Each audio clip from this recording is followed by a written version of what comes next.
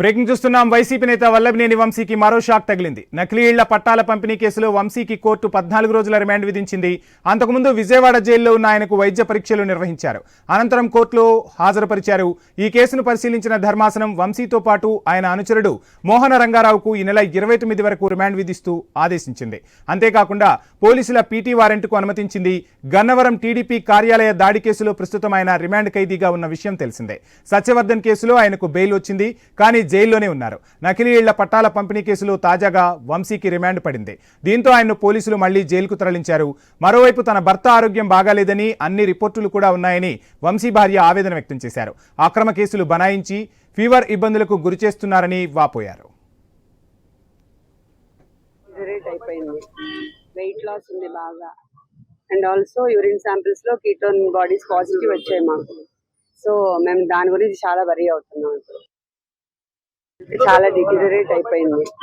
Weight loss ఉంది బాగా, and also urine samples లో కీటోన్ బాడీస్ పాజిటివ్ వచ్చాయి మాకు. సో మేము దాని గురించి చాలా వరీ అవుతున్నాం. ఇప్పుడు ఇదైతే 100% తప్పుడు కేసే, గతంలో తీసేసిన కేసే. మళ్ళా ఏదో తిరిగి తవ్వి ఏదేదో చేద్దామన్న ప్రయత్నం చేస్తున్నారు తప్ప అదేం లేదు. దీంట్లో కూడా సోమవారం కోర్టు వారు బెయిల్ పిటిషన్స్ అన్ని వేసి ఇంటర్మ్ బెయిల్ కూడా రేపిస్తారు. ప్రస్తుతం వంశీ గారి ఆరోగ్య పరిస్థితి బాగుండలేదు. ఆయన్ని కూడా హాస్పిటల్ తీసుకెళ్ళమని డైరెక్షన్ కూడా కోర్టు వారు ఇచ్చారు. ఇదే అంశానికి సంబంధించి ఫుల్ డీటెయిల్స్ మా ప్రతినిధి హరీష్ అందిస్తారు. హరీష్, ఈ కేసుకు సంబంధించినటువంటి వ్యవహారంలో ఆసక్తికరంగా మారుతుంది అంత వ్యవహారం అంతా కూడా. ఎందుకంటే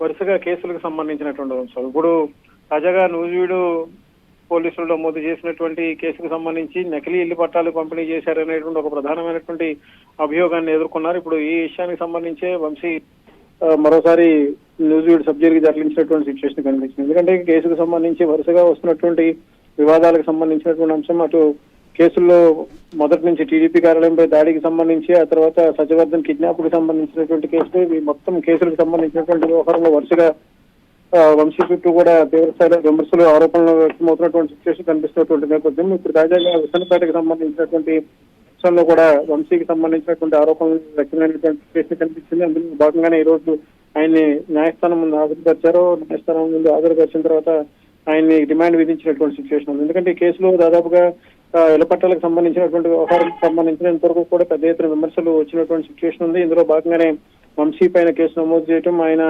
బెయిల్ లభించినప్పటికీ కూడా ఆయన విడుదలవుతారనేటువంటి ఒక ఆశ వచ్చినప్పటికీ కూడా నియోజకవర్గంలో సంబంధించి అక్రమ మైనింగ్ కి సంబంధించినటువంటి అంశాలపైన కూడా వంశీపై కేసు నమోదైంది. గన్నవరం పోలీస్ స్టేషన్ లో మరో కేసు కూడా నమోదైంది. అక్రమ తవ్వకాలకు సంబంధించి నివేదిక పోలీస్ స్టేషన్ కి మైనింగ్ ఎండీ అందజేసినటువంటి సిచ్యువేషన్. 2019 నుంచి 2024 వరకు కూడా వంశీ ఆయన వర్గం అక్రమాలకు పాల్పడినట్టు నివేదికలు పేర్కొన్న దాదాపుగా 100 కోట్ల పైన అక్రమాలు పాల్పడ్డారనేటువంటి ఒక ఆరోపణలు కూడా వచ్చినటువంటి సిచ్యువేషన్. సో ఇప్పుడు ఈ వరుస కేసులతో వంశీకి సంబంధించినటువంటి ఎపిసోడ్ అంతా కూడా ఆసక్తికరంగా మారింది. వంశీ చుట్టూ కూడా వివాదాలు చుట్టుముట్టినటువంటి సిచ్యువేషన్ కనిపిస్తున్నటువంటి నేపథ్యంలో వంశీకి సంబంధించినటువంటి బెయిల్ కి సంబంధించినటువంటి అంశం ఎలా ఉండబోతుందో కూడా ప్రజెంట్ ఆసక్తికరంగా మారినటువంటి సిచ్యువేషన్ అయితే మనకు కనిపిస్తుంది.